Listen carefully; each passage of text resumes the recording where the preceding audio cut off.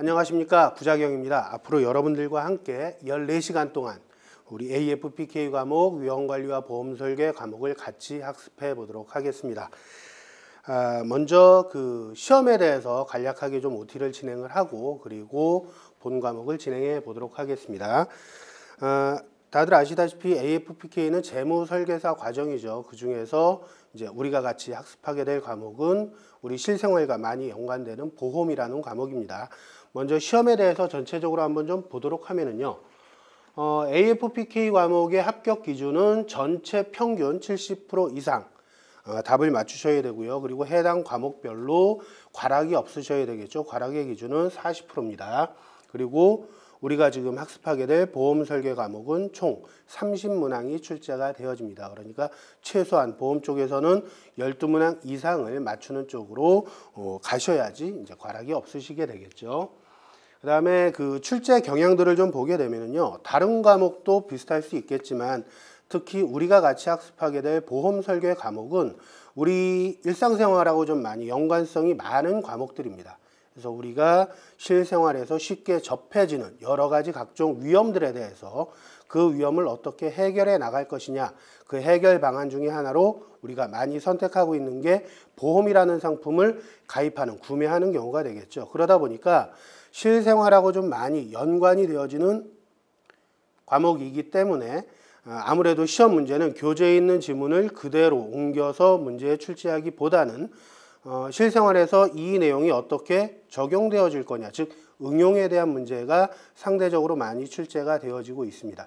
그래서 여러분들이 이 과목을 학습하실 때는 교재의 내용을 있는 그대로 암기하신다, 이러한 전략보다는 물론 어느 정도의 암기는 필요하겠지만 암기에 앞서서 전체적인 내용을 먼저 이해를 하시고 응용이 되어졌을 때 어떻게 풀 것인가, 이런 어떤 전략으로 시험에 좀 대비를 해 주셔야 합니다.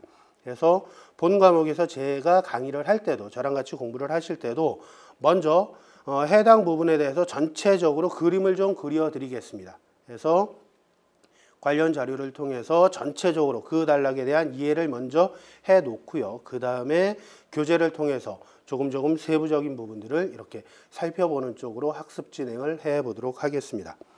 그래서 이 과목은 상대적으로 응용되는 문제들이 좀 많이 출제가 되기 때문에 먼저 여러분들이 과목을 이해하시기 위해서는 용어를 잘 이해를 해 주셔야 됩니다. 용어 이해하는 게 대단히 중요해요. 그런데 이 과목에 나오는 용어는 제 기준으로 볼 때는 크게 두 가지로 좀 분류를 해 보실 수가 있습니다. 그래서 먼저 첫 번째는 일반 용어라 그래서 우리가 일상생활에 많이 사용하는, 우리가 쉽게 그 의미를 알 수 있는 용어들이 먼저 출제가 되어집니다. 예를 들어서 뭐 위험이라든지 이런 부분들은, 또 위태라든지 이런 부분들은 우리가 일상생활에서 어느 정도 사용되어지는 언어죠. 야, 그거 위험해.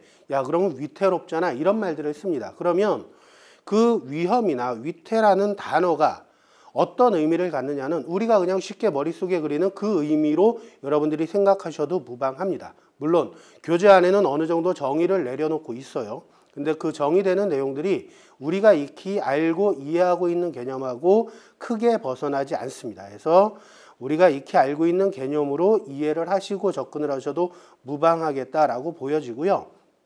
또 한 가지는 압축된 용어들이 있습니다. 우리가 실생활에 잘 사용하지 않는 단어들이에요. 예를 들어서 손인이다. 그럼 우리가 실생활에서 손인이라는 용어를 사용하지는 않습니다. 자, 이렇게 좀 낯설다, 잘 모르겠다 하는 단어들은 여러 단어들의 조합이다라고 먼저 생각하시면 편합니다. 예를 들어서 손인이다 그럼 손해의 손자 그리고 원인의 인자를 합쳐서 손인이라는 용어로 사용을 합니다. 즉 손인이라는 건 어떤 특정한 손해의 원인을 가리키는 거죠. 또 면책이라는 용어가 있습니다. 우리 일상생활에서 많이 사용 안 하는데 이거는 책임을 면한다 해서 면책이라는 용어를 사용해요. 그래서 여러분들이 용어를 보실 때 우리가 쉽게 이해할 수 있는 용어다 그러면 그 의미로 해석을 하시고, 잘 모르겠다, 이거 처음 듣는다, 낯설다, 이러한 용어들은 어떤 단어들의 조합인가, 어떤 단어들이 합쳐진 것인가, 이렇게 한 번쯤 생각을 하시고 그 단어를 접근하신다면 조금 더 쉽게 접근이 가능해지실 거라고 생각을 합니다. 그 다음에 좀 전에도 말씀을 드렸지만 이 과목은 우리 일상생활하고 좀 많이 연관이 되어지는 그런 분야다 보니까 교재에 있는 내용을 단순하게 암기하시면은 나중에 시험 보실 때 다소 좀 어렵고 낭패를 보실 수가 있습니다. 그래서 단순 암기보다는 전체 내용을 충분히 이해하시는 쪽으로 먼저 전략을 가져가시는 게 대단히 중요합니다. 그래서 일단 구체적인 걸 하나하나 다 외우지 못하신다 하더라도 이게 어떤 의미구나, 어떤 내용을 담고 있겠구나 라는 정도까지만 우리가 이해를 하시고 접근하실 수 있다 그러면 학습을 하시는데, 그리고 문제를 푸시는데 훨씬 더 수월할 거로 보여집니다. 그래서 시험에 대비해서 학습하시는 요령은, 제가 추천드리는 방법은요, 먼저 교재를 전체적으로 한번 정독해 보실 필요가 있습니다. 물론 우리 보험업에 종사하시는 분들도 있고 아니신 분들도 분명히 계실 텐데, 설사 보험업에 종사하시는 분들이라 하더라도 이건 극히 이론적인 내용들이 상대적으로 많이 나오기 때문에 조금 어렵게 느껴지실 수 있어요. 많이 이제 실생활에서 이렇게 이론을 접하는 건 아니니까. 그래서 정독을 하실 때는 제가 강의하는 강의 내용을 참조로 해서 교재를 전체적으로 보실 필요가 있습니다. 실제로 시험 문제는요, 제 강의 안에서만 다 출제되어지는 것은 아닙니다. 제가 강의하지 않은 소소한 부분들도 시험 지문으로 충분히 출제가 되어질 수 있기 때문에 전체적인 내용을 한번 보실 필요가 있고요. 그리고 나서는 주요 내용 중심으로 학습을 해주시는 게 좋습니다. 그래서 제 강의 내용에서 제가 중요하다 또는 출제 빈도가 높다라고 언급한 부분들, 그리고 이제 나중에 여러분들이 요약서나 또 문제집을 받으시게 될 텐데, 그 요약서나 문제집이 편집이 대단히 잘 되어져 있습니다. 그래서 그동안에 출제가 많이 되어졌던 그 어떤 빈도수대로 또 중요도대로 별표시 같은 게 되어 있기 때문에 중요한 것들을 먼저 학습하시는 게 중요하겠죠. 아무래도 학습 노력 대비 성과가 좋으려면 중요한 걸 먼저 잡고 들어가시는 게 중요합니다. 그리고 마지막으로 이제 문제집을 통해서 한 번 더 복습하시는 걸로, 이러한 전략으로 시험에 대비를 하신다 그러면 큰 무리 없이 접근이 되어지지 않을까라는 생각이 들어집니다. 그래서 시험에 대해서는 어쨌거나 우리가 어떤 생활을 하는데 조금 더 도움을 받는 부분도 분명히 있겠지만, 가장 1순위의 목표는 시험 합격이기 때문에 조금 더 전략적으로 접근을 하실 필요가 있겠다라고 보여집니다. 실제로 시험 문제는 모든 과목이 그렇듯이 난이도 조정을 합니다. 쉬운 문제도 있고요, 어려운 문제도 있습니다. 그래서 공부를 많이 하셨던 분들도 사실은 어려운 문제들은 상대적으로 더 어렵게 느껴지실 거예요. 근데 시험장에 가셔서 문제를 푸실 때는 제가 추천드리는 방법은 먼저 내가 쉽게 풀 수 있는 문제들을 먼저 쭉 풀어 나가십시오. 어렵다, 헷갈린다 하는 문제들은 패스하고 다음 문제로 가주시는 게 좋습니다. 그래야지 나중에 시간 부족으로 인해서 어떤 그 아는 문제도 놓치는 그러한 실수를 범하지 않겠죠. 그래서 아시는 문제를 먼저 충분히 푸시고요. 그 다음에 앞으로 돌아가셔서 헷갈리거나 어렵다라고 생각되어졌던 문제들을 충분히 시간을 갖고 풀어주시는 전략이 필요합니다.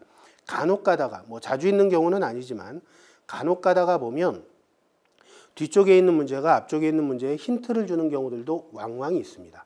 그래서 아시는 문제들을 먼저 풀고 그 다음에 모르는 문제를 풀어나가시는 이런 전략으로 접근을 하시면 좋겠다라는 생각이네요. 자, 이게 이제 시험 전체에 대해서 이제 어떤 식으로 접근할 것인가, 학습할 것인가 간략하게 말씀을 좀 드렸고요. 자, 이제 우리 교재에 대해서 같이 좀 보도록 하겠습니다. 우리 교재가 상대적으로 다른 과목에 비해서 좀 두꺼운 편이죠. 내용도 좀 많습니다. 그리고 용어라든지 이런 부분들이 조금 어려우실 수 있어요. 그런데 좀 어렵다라고 느껴지는 부분들은 우리가 자주 접하지 못해서 그런 부분일 뿐이지, 실제로 내용으로 들어가면 그렇게 어렵지는 않습니다. 자주 접할 수 있는 영역이고요. 또 조금만 생각해 보면 쉽게 이해되어질 수 있는 영역들입니다. 그래서 조금 한번 먼저 생각해 보시고 학습하시는 전략으로 가주시면 좋겠다라는 거고요. 본 교재가 어떻게 구성되어져 있는가 큰 틀을 먼저 한번 잡아보고, 그리고 이제 세부 내용을 들어가 보도록 하겠습니다. 우리 교재는 총 5가지 장으로 구성되어져 있습니다. 그래서 제1장 위험과 보험서부터 제5장 보험세제까지 구성이 되어져 있는데, 전체적인 흐름은 이렇습니다.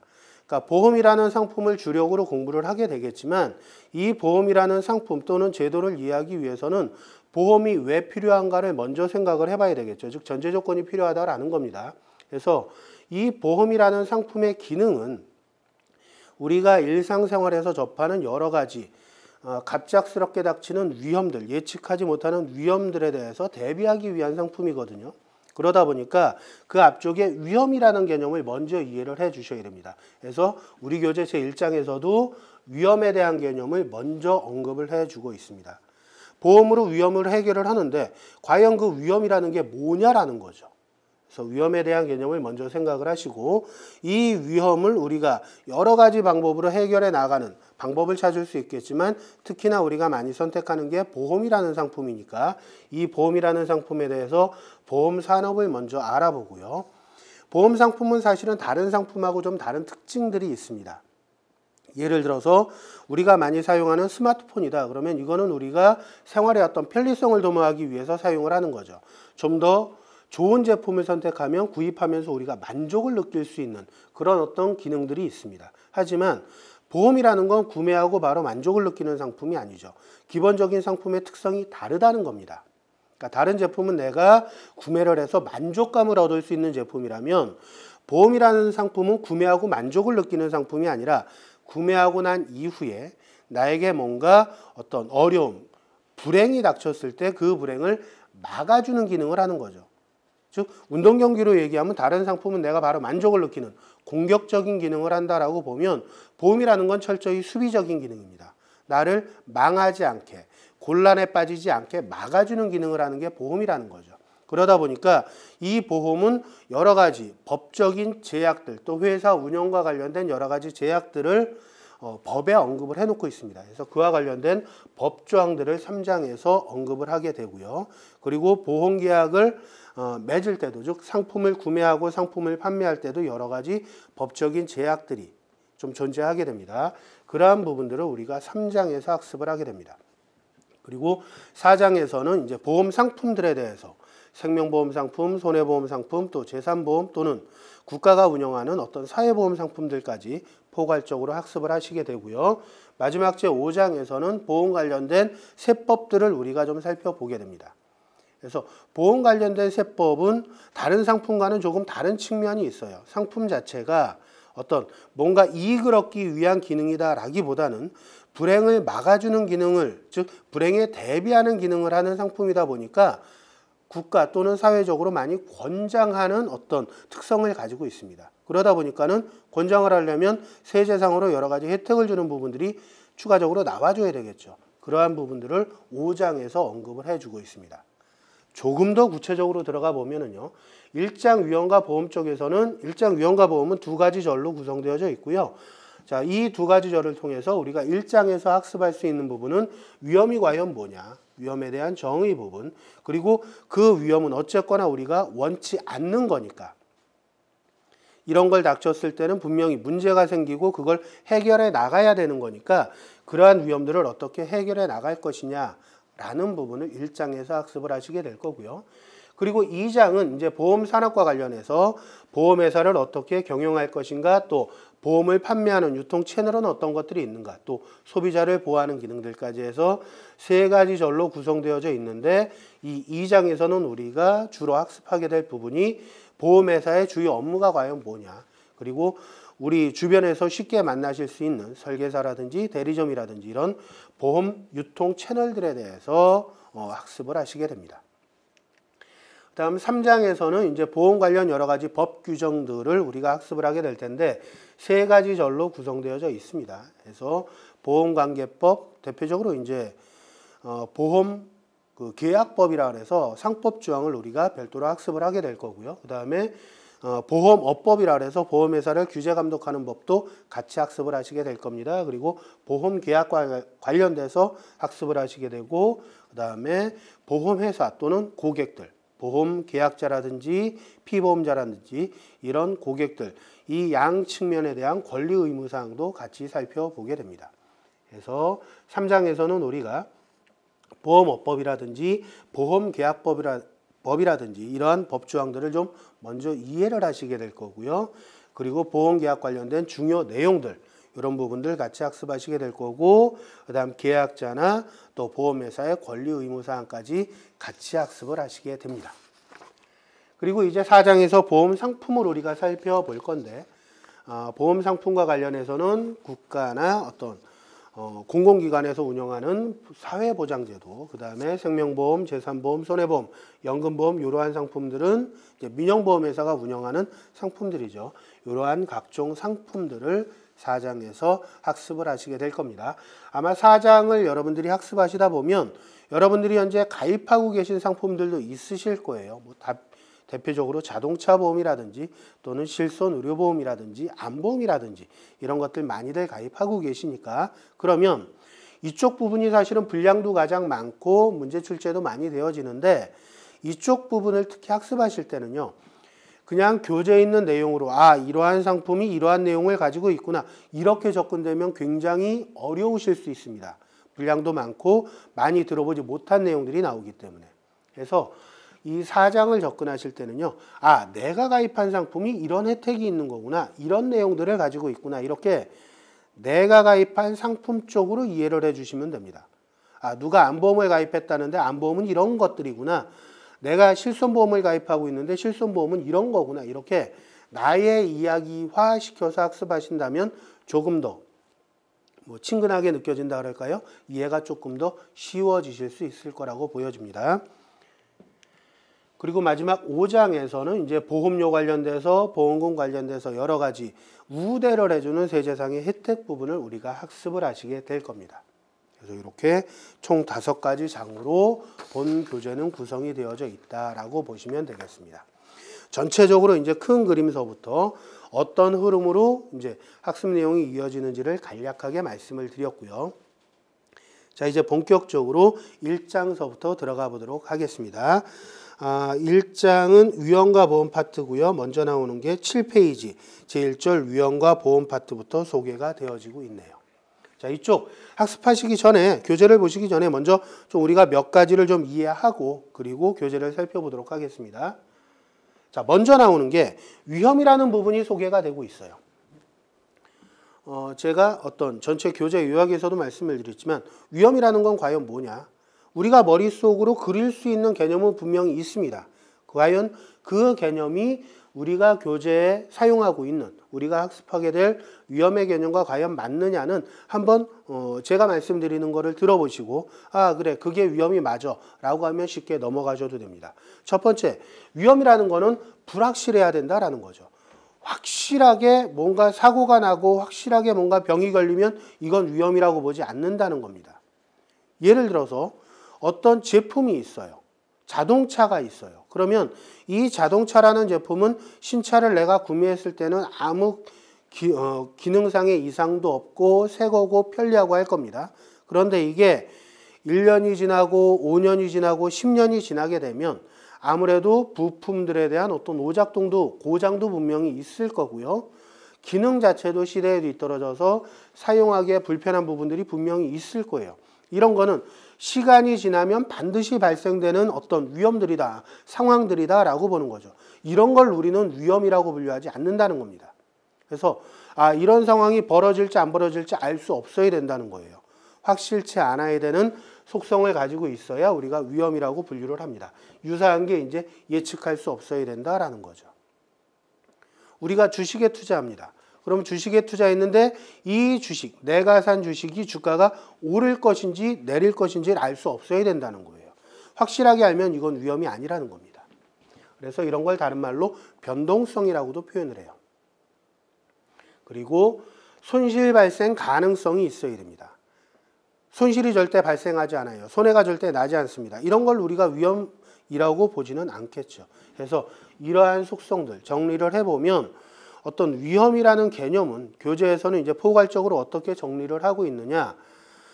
내가 원치 않는 상황, 즉 긍정적인 상황뿐만 아니라 부정적인 상황을 기본적으로 내포하고 있어야 되고요.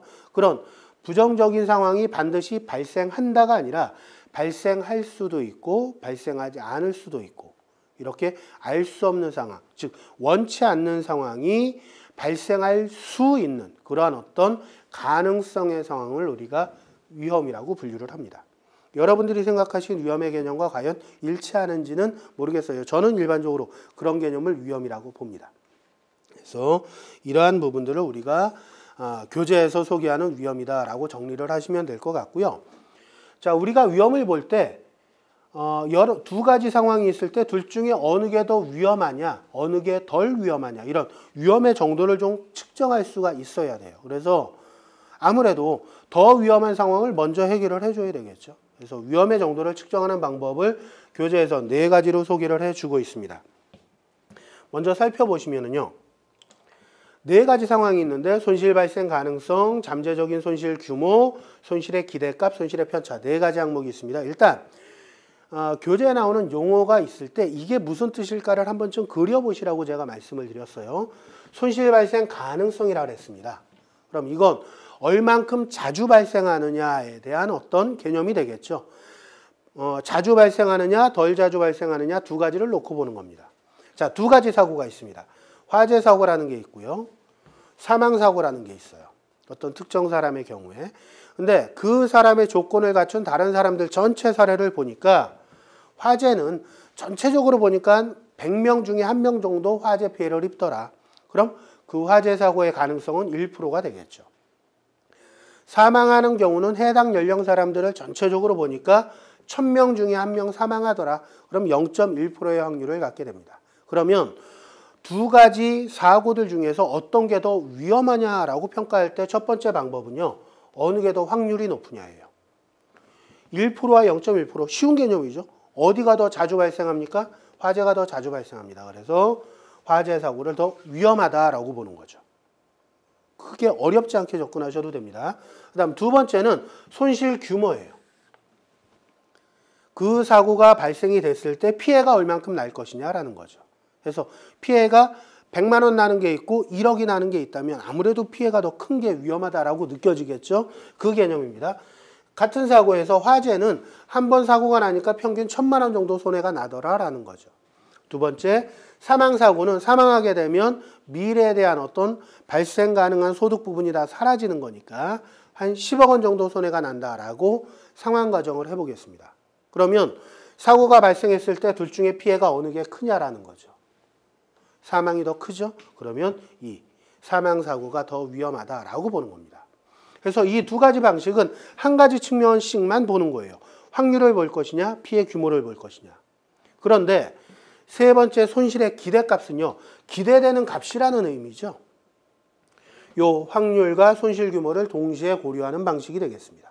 그래서 화재 사고는 1%의 사고 확률을 갖고 평균 1000만 원의 손실이 발생된다. 그럼 기대값은 2를 곱해주면 됩니다. 그래서 2 값을 곱하면 1000만 원의 1%, 즉 10만 원의 기대값을 갖게 된다라고 보는 거죠. 반면에 사망사고는 10억 원의 손실 규모를 0.1%의 확률로 갖게 됩니다. 그러면 2를 계산하면 기대값은 100만 원이라는 수치가 나오게 되겠죠. 그래서 계산된 기대값이 더 큰 걸 더 위험하다라고 보는 관점이 손실의 기대값입니다. 그래서 둘 중에 큰 사망사고가 더 위험하다라고 보는 거죠. 그 다음 마지막 4번째는 어떤 보험과도 관련이 되어지지만 일반적으로는 이제 투자와 연관되는 개념이 좀 많습니다. 그래서 얼마만큼 예측에서 벗어나느냐, 더 많이 벗어나는 걸 위험하다라고 보는 거죠. 쉽게 이해하시려면 우리가 주식 투자하는 게 있고요. 같은 돈으로 주식 투자하는 게 있고 채권 투자하는 게 있어요. 그냥 가정상으로 주식은 평균적으로 10% 정도 수익이 나는데 좋을 때는 20%까지 수익이 나고 나쁠 때는 수익이 안 나는 경우가 있다라고 가정을 하겠습니다. 그러니까 편차가 크죠. 위험이 크다라고 이야기를 하니까 채권은 마찬가지 10%의 평균 수익을 갖는데 좀 이렇게 수익이 적으면 8%, 많이 나면 12%. 그러니까 요 편차의 폭이 적다라는 거죠. 그래서 2가지 투자 자산이 있다라고 가정할 때 더 많이 움직이는 편차가 더 큰 주식이 더 위험하다라고 보는 관점이 손실의 편차로 위험의 정도를 측정하는 방법이 되겠습니다. 그래서 이상 4가지 방법으로 위험의 정도를 측정하는데 아무래도 시험에서 많이 물어보는 건 손실의 기대값을 물어보는 게 좀 상대적으로 많이 출제가 되어지는 영역이다라고 보시면 되겠네요. 크게 어렵지 않으신 내용이다라고 생각이 되어지는데 일단 교재 보면서 몇 가지 중요한 사항들 체크해드리고 다음 파트로 넘어가겠습니다. 7페이지 보시면 위험의 정의에서 쭉 설명이 나와지고요. 앞쪽은 한번 여러분들이 읽어보셔도 무방하겠습니다. 그 다음 8페이지 아래쪽에 괄호 2번에 위험의 개념 파트 소개가 되고 있는데 이쪽도 이제 위험을 쭉 정리하고 있는 부분입니다. 그래서 맨 밑에서 넷째 줄 쪽 보시면은요. 이렇듯 위험이란 한마디로 정의하기 어렵지만 대체적으로 공통된 의견은 해서 그 뒤는 하나 체크를 해놔 주십시오. 불확실하고 불예측적인 상황을 의미한다라는 말이 있죠. 그래서 어쨌거나 위험이라는 건 내가 원치 않는 부정적인 상황에 대해서 확실하면 안 된다는 겁니다. 예측할 수 없어야 돼요. 또 발생 가능해야 됩니다. 발생이 되지 않는 상황은 위험으로 보지 않는다라는 거죠. 이런 정도로 보시면 되겠고요. 해서 9페이지 맨 아래쪽에 이제 음영 표시로 된 게 여러 가지 위험에 대해서 정의를 내려놓은 부분들이 있습니다. 이거는 외우신다라는 게 아니라 이런 개념들을 우리가 일반적으로 위험으로 보는구나. 교재에선 위험으로 보는구나 라고 이해만 하고 넘어가시면 될 것 같아요. 일반적으로 공통되는 개념이 제가 앞쪽에 언급해드린 정도다라고 보시면 되겠습니다. 자, 그 다음 10페이지 아래쪽에 보시면 그 첫째, 둘째 나오는 바로 윗줄 위험의 정도를 측정하는 방법 해가지고 4가지 방법이 소개가 됩니다. 그래서 첫 번째는 손실 발생 가능성, 두 번째는 잠재적 손실 규모, 세 번째는 손실의 기대값, 네 번째는 손실의 편차에서 요 4가지 방식에 대한 소개가 나오고 있습니다. 그래서 요거는 사례를 통해서 여러분들이 학습을 해주시면 조금 더 쉽게 이해가 되실 거다라고 보여지네요. 자, 여기까지 한 파트를 넘어가고요. 자, 그 다음 이어서 나오는 게 위험과 유사 개념입니다. 자, 이것도 먼저 좀 정리를 해보면 교재에서 나오는 위험과 유사 개념은 손인, 위태, 손해 3가지 개념을 먼저 소개를 해주고 있습니다. 위태나 손해라는 건 우리가 좀 이렇게 쉽게 개념을 잡으실 수 있을 거예요. 그런데 손인은 아마 자주 접하지 않으신 용어일 겁니다. 서두에도 말씀드렸다시피 이런 용어가 나오면 어떤 단어들의 조합일까? 요거를 한 번쯤 머릿속에 그려보시면 좋을 것 같아요. 먼저 손인이라는 건 어떠한 손해의 원인을 가리킵니다. 그래서 손해의 손자, 원인의 인자를 합쳐서 손인이라고 표현하는 거예요. 그래서 어떤 경제적 손실을 유발시킬 수 있는 어떤 사건들을 우리가 손인이다라고 분류를 하는 거고요. 두 번째 나오는 위태는요. 손실 발생 가능성을 만들거나 또는 증가시키는 겁니다. 그러니까 우리가 위태롭다라는 거는 뭔가 위험해졌다라는 거죠. 예를 들어서 제가 여기 강의실에 이렇게 서 있습니다. 그러면 이렇게 정자세로 서 있으면 제가 그렇게 위태로워 보이지는 않을 겁니다. 그런데 이 책상 위에 올라간다든지 아니면 좀 극단적으로 옥상 난간에 이러고 서 있다 그러면 굉장히 위험해 보일 거예요. 그 이유는 뭐냐? 떨어져서 다칠 가능성이 굉장히 많이 생기겠죠. 그럼 여기서는 넘어져 봤자 크게 다치지 않겠지만 옥상에서 떨어지면 크게 다칠 거란 얘기입니다. 그렇기 때문에 우리가 저 사람 위험해 라고 이야기를 하는 거죠. 손실 발생 가능성을 새롭게 만들거나 또는 그 위험을 더 높이는 상황을 우리는 위태라는 개념으로 정리를 합니다. 그 다음 이어서 세 번째 손해라는 것은 특정 사고로 인해서 경제적 손실이 발생하는 것을 우리가 손해라고 표현을 합니다. 그래서 손해봤다고 건 내가 경제적으로 뭔가 손실이 있었다라는 걸 의미하는 거죠. 이 3가지 개념으로 먼저 소개를 해주고 있는데 이 중에서 이제 손인과 위태는 여러 가지로 세부적으로 분류가 되어집니다. 그리고 손해라는 개념도 몇 가지 요건을 필요로 해요. 이걸 간단하게 좀 살펴보면은요. 먼저 손인이라는 부분 살펴보면 손해의 원인이라고 말씀을 드렸는데 교재에선 3가지로 나누어서 소개를 해주고 있습니다. 자연적 손인, 인적 손인, 경제적 손인. 자, 이것도 머릿속에 한번 그려보시면은요. 어떤 손해의 원인이 있어요. 자연 발생적으로 발생되면 자연적 손인이 됩니다. 그게 사람과 연관 지어져서 나타나면 인적 손인이 되는 거고요. 그 다음 뭔가 경제활동과 연관 지어서 나타나면 경제적 손인이 되는 거예요. 그냥 용어상으로 그렇게 이해하셔도 큰 무리 없습니다. 그래서 먼저 자연적 손인을 보면 자연적으로 발생되는 어떤 손해의 원인입니다. 그래서 사람의 통제를 벗어났다라는 개념이고요. 뭔가 천재지변이 일어났다든지 또는 어떤 화재가 발생됐다든지 자, 이런 것들은 자연 발생적으로 발생되어지는 어떤 상황이다라고 하면 이러한 부분들을 우리가 자연적 손인이라고 분류를 합니다. 다음에 인적 손인이라는 건 그 손해의 원인이 사람으로 인해서 발생되는 거죠. 즉 사람이 행동으로 손해가 발생되는 것들을 가리킵니다. 그래서 사람의 행위이고요. 범죄라든지 부주의한 거라든지 과실이 있는 거라든지 이런 것들을 우리가 인적 손인으로 분류를 합니다. 그래서 자연현상이냐 사람으로 기인한 거냐 이렇게 분류하시면 될 거고요. 마지막 경제적 손인은 경제활동과 관련된 손인을 가리킵니다. 그래서 뭐 인플레이션이라든지 경기 침체 뭐 이런 것들을 가리킵니다. 불황 뭐 이런 것들. 이건 경제현상이죠. 그로 인해서 손실이 발생되는 거 이런 걸 경제적 손인이라고 이야기를 합니다. 자, 그 다음 위태라는 개념을 좀 보죠. 위태는 교재에서 4가지로 세분해서 설명을 합니다. 그래서 위태라는 거는 말씀드렸다시피 손실 가능성을 새롭게 만들거나 증가시키는 거라고 말씀을 드렸죠.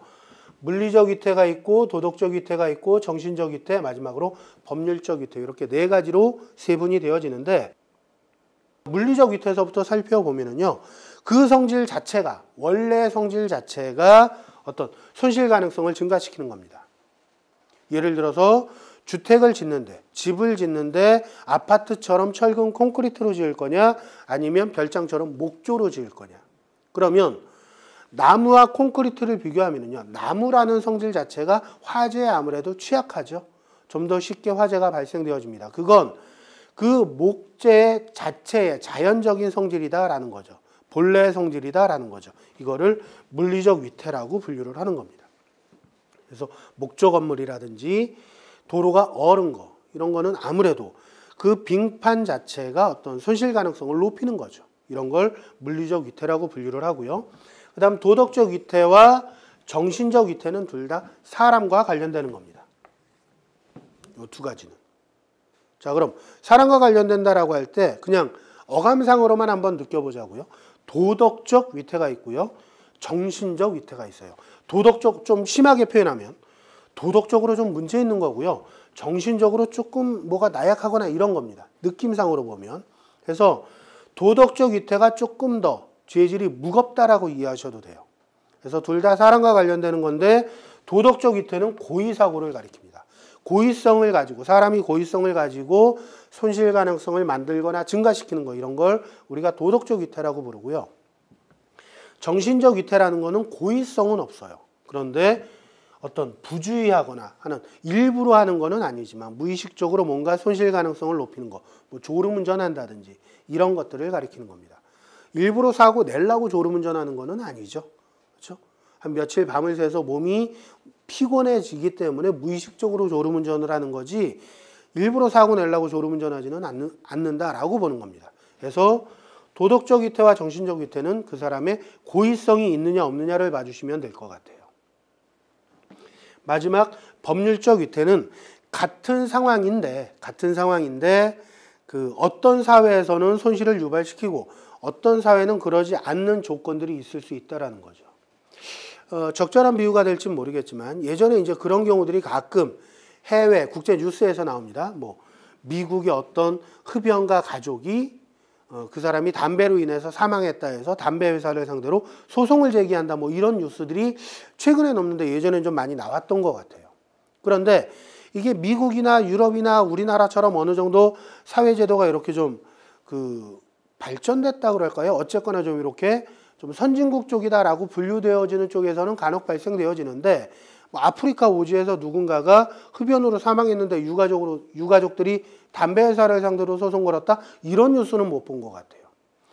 같은 상황이긴 하지만 이게 어느 사회에서 발생됐느냐에 따라서 손실 가능성이 나올 수도 있고 안 나올 수도 있겠죠. 이런 걸 우리가 법률적 위태라고 분류를 합니다.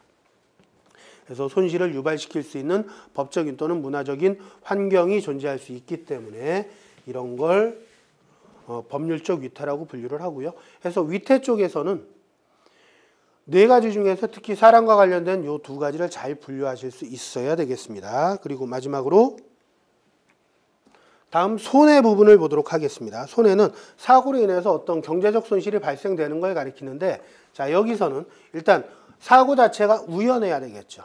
고의성을 갖고 사고가 나타나면 안 되는 거고요. 그래서 우연한 사고로 인한 의도하지 않은 경제적 손실을 가리키는 거고요. 또 객관적인 손실만을 가리킵니다. 그러니까 객관적 손실이 있고 주관적 손실이 있다라고 얘기하는데 주관적 손실은 사람마다 개인차를 갖는 겁니다. 예를 들어서 어떤 그 스마트폰 기기가 있는데 이거 내가 정말로 예전서부터 사고 싶었던 스마트폰인 경우가 있고요. 어떤 경우는 난 그냥 신제품 나오면 사니까 라고 하는 사람이 있을 수 있다는 거죠. 같은 제품이라 하더라도 심리적인 만족도는 다를 거란 얘기입니다. 이런 부분은 우리가 주관적, 심리적인 부분이다라고 이야기를 하는데 보통 손해라고 지칭하는 건 객관적인 손실 부분을 가리킵니다. 주관적인 부분까지는 고려하지 않는다라는 거죠. 자, 이제 교재 보면서 몇 가지 정리를 좀 해보도록 하겠습니다. 교재 11페이지예요. 위험의 유사 개념에서 소개가 되어집니다.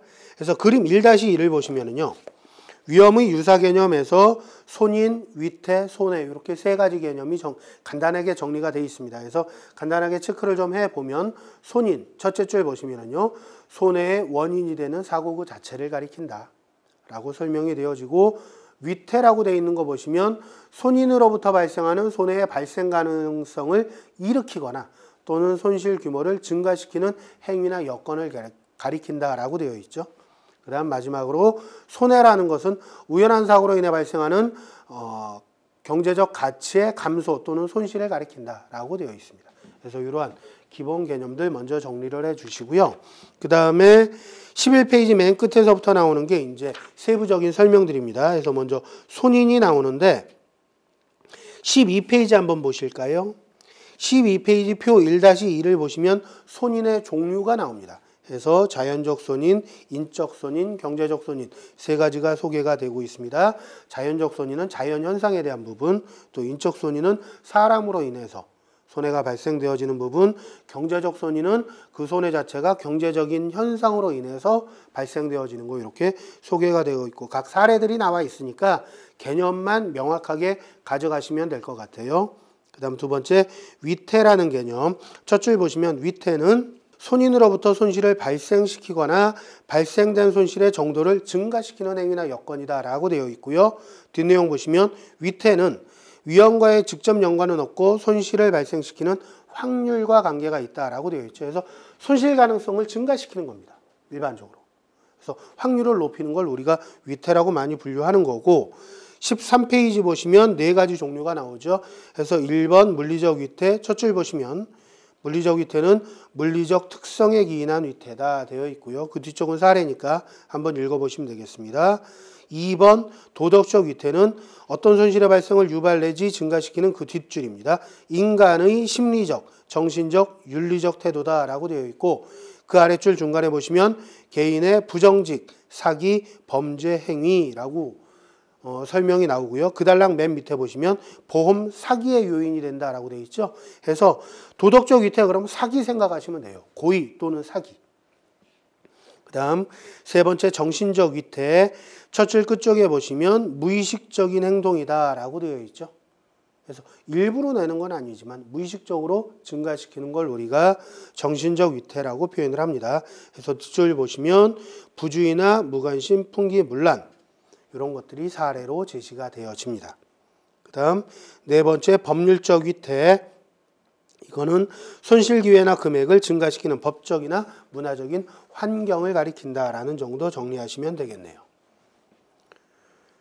그래서 14페이지 그 표 1-3 보면 위태의 종류 네 가지가 소개가 되고 있고요. 사례로 참고해 보시고요. 그 다음 세 번째 손해. 손해 첫 줄 보시면 손해 또는 손실은 손상, 훼손, 상실, 멸실, 감소 등을 의미하는 용어인데 학문적으로는 우연한 사고로 인해 발생하는 의도하지 않은 가치 감소 또는 소실로 표현된다라는 정도 정리하시면 되겠네요. 그래서 예전에는 시험 문제가 어떤 식으로 많이 출제되어졌었냐 하면 개념을 묻는 게 아니라 하나의 사례를 쭉 쥐어줍니다. 누군가 과로로 인해서 업무상 스트레스가 많아서 돌연사를 했다 이런 식으로 사례가 나온다라는 거죠. 또는 비 오는 날 빗길을 운전하다가 사고가 났다 이런 식으로 사례가 나오는 거죠. 그러면 그 요소들을 이게 손인이냐 위태냐 손인이라면 어떤 손인이고 위태라면 어떤 위태냐 이걸 찾아내는 문제들이 예전에 출제가 많이 되어졌었어요. 결국 이거는 뭐냐 여러분들이 그 지문을 암기하실 영역이 절대 아니라는 거죠. 사례로서 이건 개념적으로 뭐구나라는 걸 충분히 이해하고 계셔야 문제가 풀릴 수 있습니다. 그래서 용어 그리고 개념으로 여러분들이 이쪽 부분은 접근을 해주시면 좋겠다라는 생각이 들고요. 이어서 위험의 분류까지 살펴보도록 하겠습니다. 자, 먼저 정리를 좀 해보면요. 위험을 여기서는 크게 두 가지로 먼저 분류를 합니다.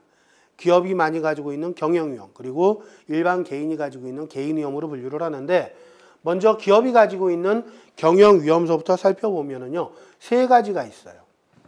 가격위험, 신용위험, 순수위험 세 가지로 교재에선 분류해서 소개를 하고 있는데, 결국 경영위험이라는 것은 뭐냐? 우리 기업의 어떤 가치를 감소시키는 것, 즉 기업이 조금 더 좋은 회사가 아니라 조금 더 안 좋은 회사로 만들어 놓는 게 바로 기업의 경영위험이다라는 겁니다. 그래서 결국 이거는 미래 현금 흐름, 즉 미래의 수익 창출이라든지 어떤 지출이라든지 이런 부분에 대한 어떤 변동폭을 높이는 겁니다. 수익이 줄어든다든지 지출이 늘어난다든지 이런 걸 가리키는 거죠. 이런 걸 우리가 경영위험이라고 분류를 하고, 자, 그럼 기업을 경영한다라고 한번 머릿속에 그려보겠습니다. 어떠한 위험들이 존재할까? 첫 번째는 가격위험입니다. 수익이 줄어들 수 있겠죠. 그래서 이런 부분들이에요. 원자재 가격이 상승한다든지 또는 제품 가격이 하락한다든지 수익이 감소하거나 지출이 늘어나는 거, 이런 걸 가격위험이라고 분류를 하고요. 그 다음 신용위험이 있을 수 있습니다. 이 신용위험이라는 건 나와 거래하는 상대방이, 나에게 어음이나 채권을 발행한 상대방이 부도를 내버리는 거예요. 그러면 예상 못한 어떤 경제적 손실이 추가로 발생될 수 있겠죠. 그래서 채권자, 채무자 관련 위험이고요. 어음 부도 같은 걸 가리킵니다. 그 다음에 세 번째로 순수위험도 있어요. 우리 회사가 가지고 있는 공장이 화재로 손실을 입었다. 이런 것들을 가리키는 거죠. 그래서 자산 가치가 감소한다든지 뭔가 우리가 만들어낸 제품의 하자로 인해서 소비자에게 뭔가를 보상해줘야 된다, 배상해줘야 된다. 이런 문제가 생길 수 있겠죠. 그래서 이런 부분들 세 가지를 일반적으로 경영위험으로 분류를 하고 있고요. 실제로 시험에 많이 출제되는 건 경영위험보다는 개인위험 쪽입니다. 그래서 개인위험을 분류를 할 때는요. 자, 이쪽 파트를 여러분들이 학습하실 때는 두 가지의 포인트를 가지고 학습해 주시면 좋습니다. 뭐냐? 이제 두 가지 위험들, 같은 분류 기준으로 이놈 저놈에서 두 가지 분류 기준을 갖게 되는, 두 가지 항목으로 나누게 되는데, 자, 이렇게 나누는 기준이 뭐냐? 이걸 먼저 생각하셔야 돼요. 그 다음 두 번째는 이 두 가지 중에서 어떤 위험을 보험으로 받아줄 수 있느냐. 그러니까 한쪽은 일반적입니다. 항상은 아니겠지만 일반적으로 어느 한쪽은 보험 가입이 가능한 영역이 있고요. 나머지 한쪽은 일반적으로 곤란한 영역이 있습니다. 이걸 찾아내시는 것까지 학습해 주시면 되겠습니다. 그래서 개인위험이 뭐 소득위험도 있고 의료위험 여러 가지 쭉 있는데, 그냥 머릿속에 이게 뭘까 한번 생각해 보시면은요. 그냥 머릿속에 떠오르시는 대로 보셔도 될 것 같아요. 소득위험이다. 내 소득이 감소하는 거죠. 그럼 내가 예를 들어서 병원에 입원해서 소득 발생이 안 될 수도 있고요. 사망해서 소득 발생이 안 될 수도 있겠죠. 이런 게 소득위험입니다. 병원에서 치료를 받아요. 병원비 나가지 않습니까? 의료비 위험이에요. 제가 뭔가 생활을 하다가 남에게 손해를 끼쳤어요. 법적으로 물어줘야겠죠. 배상 책임 위험입니다. 우리 집에 불이 났어요. 내 차가 파손됐습니다. 유형자산 위험이 되는 거고요. 내가 투자한 주식이 손실이 났어요. 금융자산 위험이 되는 겁니다. 장수위험이라는 것은 내가 오래 살았습니다. 오래 사는 건 행복이죠. 그런데 오래 살 때 여유 있게 사느냐, 아니면 그렇지 못한 경우도 있을 수 있다는 겁니다. 경제적으로 내가 준비가 된 상태로 장수한다면 이건 행복이 되겠지만, 전혀 경제적으로 준비되지 않은 상태로 장수를 한다면 굉장히 힘든 삶을 살아가야 되겠죠. 이런 위험을 장수위험이라고 분류를 합니다. 그래서 이러한 여러 가지 개인 위험들이 있는데, 자, 이러한 위험들을 어떤 특정 기준으로 인해서 두 가지로 다시 세분을 합니다. 먼저 분류되는 기준들을 살펴보시면요.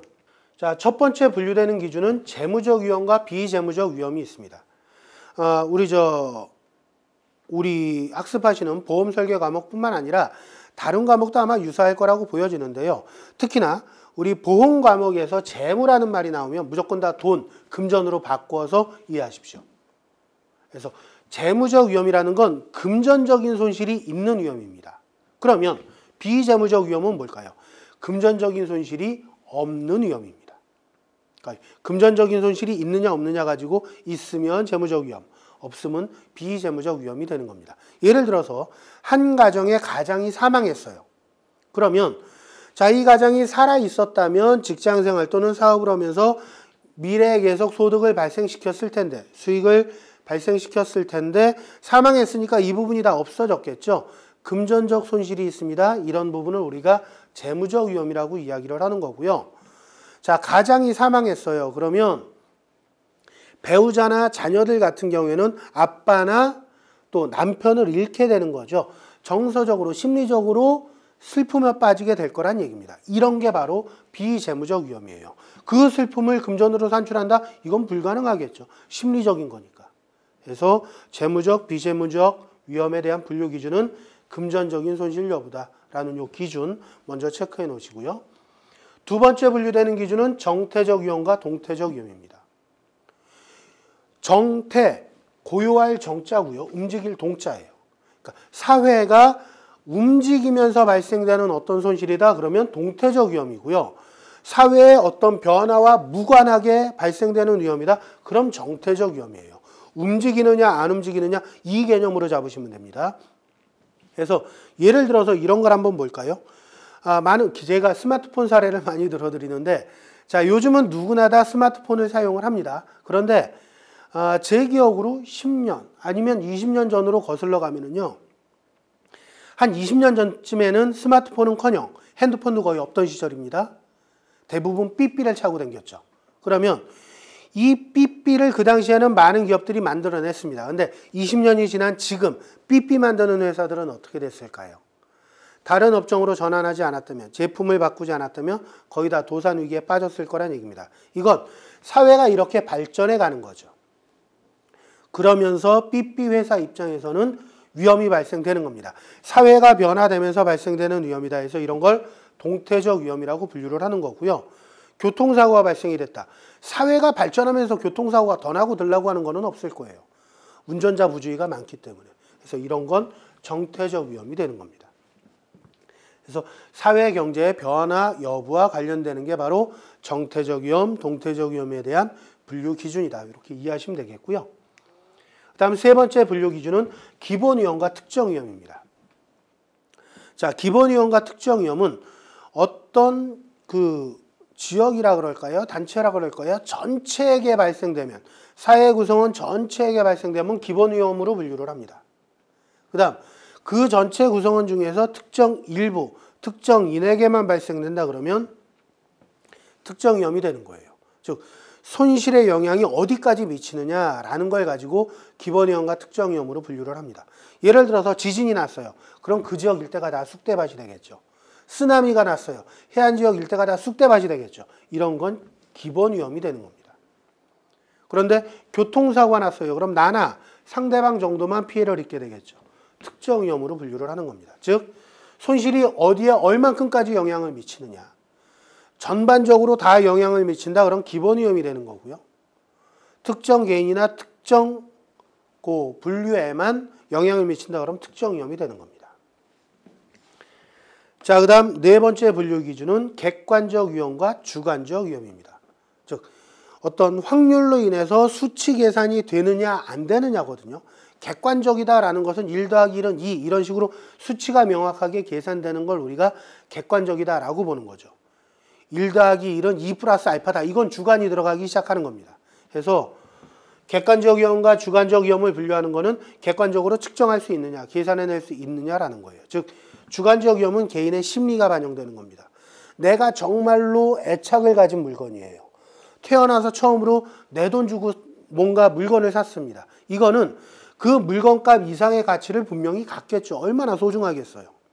그래서 이런 부분들은 주관적 위험으로 분류를 한다라고 보시면 되겠고요. 마지막으로 순수 위험과 투기적 위험으로 분류를 합니다. 그래서 순수 위험과 투기적 위험을 분류하는 기준은 이거예요. 어떤 특정 위험이 있습니다. 위험이 발생이 되고 안 되고에 따라서 위험이 발생되면 무조건 손실은 발생되겠죠. 위험이 현실화되지 않았을 때 이익이 있느냐 없느냐를 가지고 분류를 하는 겁니다. 그러니까 순수 위험이라는 건 손실이 발생하거나 그렇지 않거나 두 가지의 경우의 수만 갖는 게 순수 위험이고요. 손실이 발생하거나 이익이 발생하거나 즉 손실의 반대편에 이익이라는 게 존재하면 투기적 위험이 되는 겁니다. 복권 생각하시면 편해요. 로또. 그거는 꽝 되면 뭐 5,000원이고 돈 10,000원이고 날리는 거지만 당첨되면 뭐 최대 몇십억까지 받을 수 있잖아요. 이런 걸 투기적 위험으로 분류를 합니다. 그래서 이익이나 통제 또는 대수의 법칙이 적용되느냐 안 되느냐 이런 걸 가지고 순수 위험, 투기적 위험으로 분류를 합니다. 이상 5가지의 어떤 위험 분류 기준이 있는데요. 학습하실 때는 먼저 기준을 아셔야 돼요. 어떤 기준을 가지고 분류를 하느냐. 그 다음 두 번째로 각각의 위험들 중에서 보험으로 받을 수 있는 위험은, 보험으로 해결할 수 있는 위험은 주로 어느 쪽이냐라는 거죠. 보시면 재무적 위험, 비재무적 위험 중에서는 가족의 아픔은 보험이 해결해 주지 못합니다. 금전적인 손실은 해줄 수 있겠죠. 또 사회 변화와 관련돼서는 사회가 변화하면서 발생되는 회사 위험까지는 못 해줘요. 무관한 위험을 해주는 거고, 그 다음 손실의 영향이 전체적으로 다 미친다. 이건 일반적으로 해주기 어렵습니다. 특정 개인에게만 미친다. 이럴 때 주로 보험이 해결해 줄 수 있는 거고요. 수치적으로 계산할 수 있어야지 받아줄 수 있는 거고, 도박해서 손해본 걸 해줄 수는 없겠죠. 그래서 순수 위험 쪽, 즉 보험으로 해결할 수 있는 영역은 재무적 위험, 정태적 위험, 특정 위험, 객관적 위험, 순수 위험, 이러한 영역들을 보험으로 받아줄 수 있게 됩니다. 그래서 이쪽에서는 어떤 각 위험들의 개념도 아셔야 되겠지만 분류 기준, 그리고 어떤 위험을 보험으로 받아줄 수 있느냐, 이런 쪽도 같이 고려해 주셔야 됩니다. 이 중에서 특히 중요한 거는요, 이 순수 위험이에요. 그래서 순수 위험까지만 간략하게 좀 살펴보시면, 자, 순수 위험은 먼저 크게 2가지로 좀 분류를 하겠습니다. 그래서 그 위험이 나에게 손해가 났느냐 아니면 손해가 제3자에게 발생됐느냐. 손해가 제3자에게 발생됐다라는 것은 나로 인해서 손해가 제3자에게 났다라는 겁니다. 그래서 나로 인해서 손해가 나에게 났느냐 제3자에게 났느냐를 먼저 분류하시고요. 나에게 발생된 손해를 다시 둘로 나눕니다. 그래서 내 신체에 손해가 났느냐, 내가 가진 물건에 손해가 났느냐. 그래서 크게 이렇게 3가지로 분류를 하면은요, 세분을 하면 내 신체에 발생된 위험을 인적 위험이라고 분류를 하고요. 내 물건에 발생된 위험을 재산 위험이라고 분류를 합니다. 그 다음 나로 인해서 제3자에게 손해가 났다. 이건 신체가 됐든 재물이 됐든 상관없이 배상 책임 위험이라고 같이 분류를 합니다. 우리가 뒤쪽에서 자세하게 학습을 하겠지만요. 특히 손해보험 영역에서 배상 책임 부분은 상당히 중요한 영역입니다. 그래서 배상 책임, 내가 남을 물어주는 거예요. 근데 이때 전제가 되는 건 나로 인해서 남에게 손해가 났는데 내가 법적으로 그걸 물어줄 책임이 있을 때 물어주는 거지, 무조건 손해 났다 해서 물어주는 건 아닙니다. 예를 들어서 제가 주차가 허용된 곳에 잘 주차를 해놨는데 누군가가 내 차에 부딪혀서 손해를 입었어요. 그럼 내 차로 인해서 손해를 입었다 하더라도 내가 법적으로 물어줄 이유는 없는 거죠. 이런 건 배상 책임 위험이 아닙니다. 근데 내가 책임져야 될 부분이 있다면 그걸 책임지는 게 배상 책임 위험이다. 이렇게 보시면 되겠죠. 그래서 인적 위험에는 어떤 것들이 있느냐? 일찍 사망하는 거. 그러면 미래에 벌어들일 소득이 없어지는 게 되겠죠. 그 다음 오래 사는 거. 이거 앞쪽에서도 언급드렸듯이 내가 준비가 돼 있다면, 노후 자금이 충분히 돼 있다면 위험이 아니겠지만 노후 자금이 준비되지 않은 상태에서 장수한다. 이건 위험이 되는 거죠. 건강이 안 좋다든지 또 실업 상태에 빠진다든지 이런 것들이 내 신체에 발생되는 위험들이 될 수 있을 거고요. 재산 위험은 크게 분류를 합니다. 직접 손해와 간접 손해로 분류를 해요. 쉽게 이런 거죠. 집에 화재가 났습니다. 아니면 이 강의실에 화재가 났어요. 그러면 이 강의실에 있는 칠판이라든지 여러 가지 시설이라든지 이런 게 화재 피해를 입겠죠. 이런 게 직접 손해입니다. 그럼 간접 손해는 어떤 게 있느냐? 자, 이 강의실에 화재가 나면 제가 이 강의실에서 촬영을 못 하겠죠. 다른 강의실을 다시 얻어야 됩니다. 그러면 해커스 입장에선 별도의 비용이 추가로 소요가 되겠죠. 이런 거, 즉 직접 손해에 부과돼서 발생되는 손해를 우리가 간접 손해라고 이야기를 합니다. 자, 다음 배상 책임 손해는 나로 인해서 제3자에게 손해가 난 부분이니까 재산 손해가 있고요. 비재산 손해가 있고요. 요건 위자료 개념이죠. 정신적인 부분. 그 다음에 기타 뭐 소송 비용이라든지 법률 비용들 이런 것들이 포함이 되게 됩니다. 그래서 여기까지 보시면 될 것 같고요. 관련 내용을 교재 보면서 간단하게 정리하고 이번 시간을 마무리 짓겠습니다. 먼저 위험의 분류 교재 15페이지네요. 경영위험과 개인위험의 경영위험이 나옵니다. 체크만 좀 해드리겠습니다. 첫 줄의 경영위험은 경영활동에 투입되는 여러 가지 자원 또는 상황으로부터 발생하는 기업 가치의 감소 가능성과 관련된다. 요 개념 정도 체크해 놓으시고요. 그 아래줄 보시면 기업의 미래 현금 흐름과 관련된 변동성에 의존한다. 즉 미래 현금 흐름이 좋아질 것 같으면 기업 가치가 올라가는 거고 떨어질 것 같으면 기업 가치가 내려가는 게 되겠죠. 그 개념까지만 체크해 놓으시면 좋을 것 같고요. 그 아래 박스에 가격 위험, 신용 위험, 순수 위험 세 가지 분류되는 위험들 소개가 됩니다. 그래서 가격 위험은 재화 용역 산출 시 투입되는 가격 또 산출된 재화 용역의 변화 가능성, 즉 가격이 달라지는 거죠. 이런 것들 가리키는 거고 신용 위험은 첫 줄 보시면 기업과 관련한 차입 기관이나 채권자들 관련 위험입니다. 그러니까 받은 어음이 부도가 났다든지 뭐 이런 걸 가리키는 거죠. 세 번째 순수 위험은 단락 맨 밑에 끝에 보시면 자산가치 감소 또는 법적 책임 이런 것들이 있다라는 정도 체크하고 이해하시면 되겠습니다. 넘어가서 개인 위험. 그 박스 보시면 이제 소득위험서부터 장수위험까지 쭉 나와 있는데 요건 그냥 한번 읽어보시면 될 것 같고요. 자, 중요한 건 그림 1-3 밑에 재무적 위험과 비재무적 위험이요. 재무는 돈이나 금전으로 바꾸라고 말씀드렸습니다. 그래서 첫 줄 보시면 재무적 손실을 야기하는 게 재무적 위험. 그 다음 그 줄 끝에 보시면 재무적 손실이 없는 위험을 비재무적 위험 이렇게 분류를 합니다. 시험과 관련해서 몇 가지 지문 정도만 체크하시면은요. 17페이지 두 번째 단락 보겠습니다.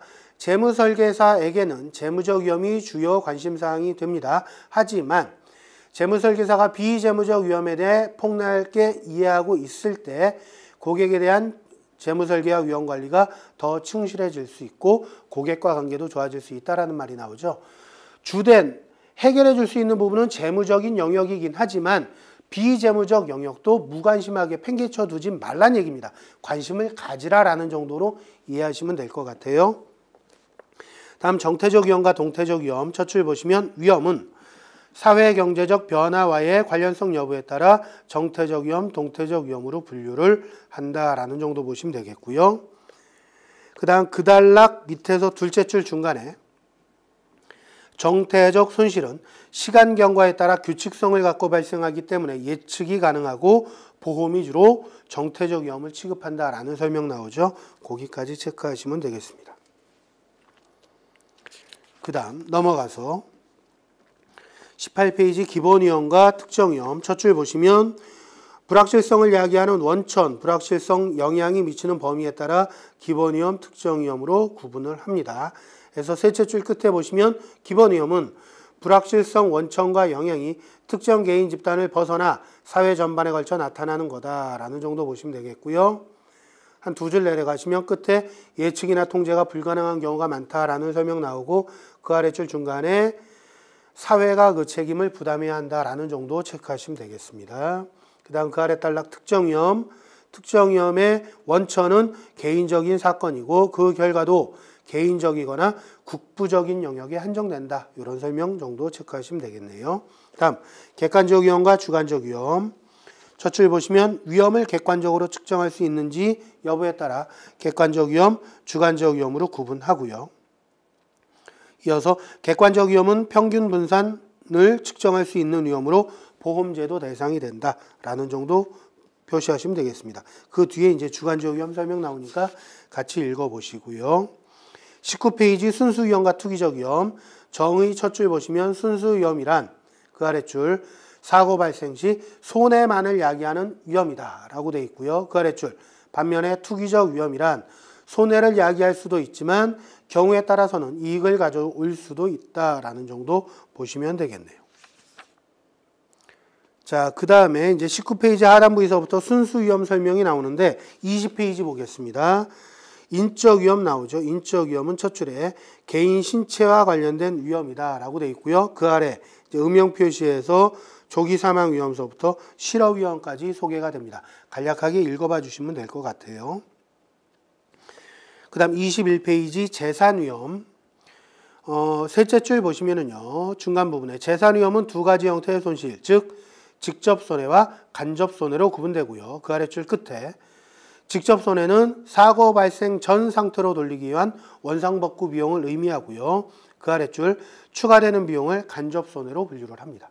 분류 기준 정도는 체크를 해 놓으십시오. 마지막 배상책임위험. 첫 줄 보시면 배상책임위험은 고의 또는 과실에 기인한 불법 행위나 채무 불이행으로 타인의 재산이나 신체에 손해를 입혔을 경우 그 손해를 배상해야 되는 거다. 즉 나로 인해서 제3자에게 손해가 나는 거죠. 그 아래 단락 보겠습니다. 배상책임위험은 순수위험 중 가장 추상적이고 무의식적으로 보여야 할 가능성이 높은 위험입니다. 그러니까 내가 제3자에게 손해를 끼쳐요. 뭐 하다가 끼칠지가 대단히 알기 어렵다라는 거죠. 그래서 예를 들어서 음식점 사장님이다. 그럼 실무하다 보면 음식점 사장님이 손님들에게 또는 제3자에게 손해를 끼치는 요소가 뭐가 있을까? 식중독 사고 날 수 있고요. 또 가스를 취급하면 가스 취급으로 인해서 손해가 날 수도 있습니다. 근데 또 식당 바닥이 미끄러워서 손님이 넘어져서 다칠 수도 있어요. 이런 여러 가지 상황들이 다 제3자에게 손해를 끼치는 영역들이거든요. 이걸 일일이 다 파악하기 어렵다라는 겁니다. 그 다음에 똑같은 손해를 입었는데 사람마다 피해가 다를 수 있다는 겁니다. 다쳐서 2달간 병원에 입원해서 일을 못하는데 그 손실액이 한 달에 한 200만 원 벌어들이는 사람이라면 최대 400만 원이 되겠지만 한 달에 뭐 몇천만 원 버는 사람도 있을 수 있겠죠. 그런 사람이라면 똑같은 2달이라도 손해금액은 확 늘어날 수 있다는 겁니다. 그래서 가장 추상적이고 무의식적으로 보여야 할 가능성이 높은 위험이 바로 배상책임 위험이다. 이런 특징들은 좀 정리를 해놔 주십시오. 그리고 맨 밑에 단락에 배상책임으로 인한 손해 3가지 소개 나오니까 이 정도는 체크해놔 주시면 되겠습니다. 자, 이번 시간 좀 길게 진행을 했네요. 이번 시간은 여기까지 마무리를 짓고요. 이제 다음 시간에 그 뒤쪽 위험관리의 필요성 부분 살펴보도록 하겠습니다.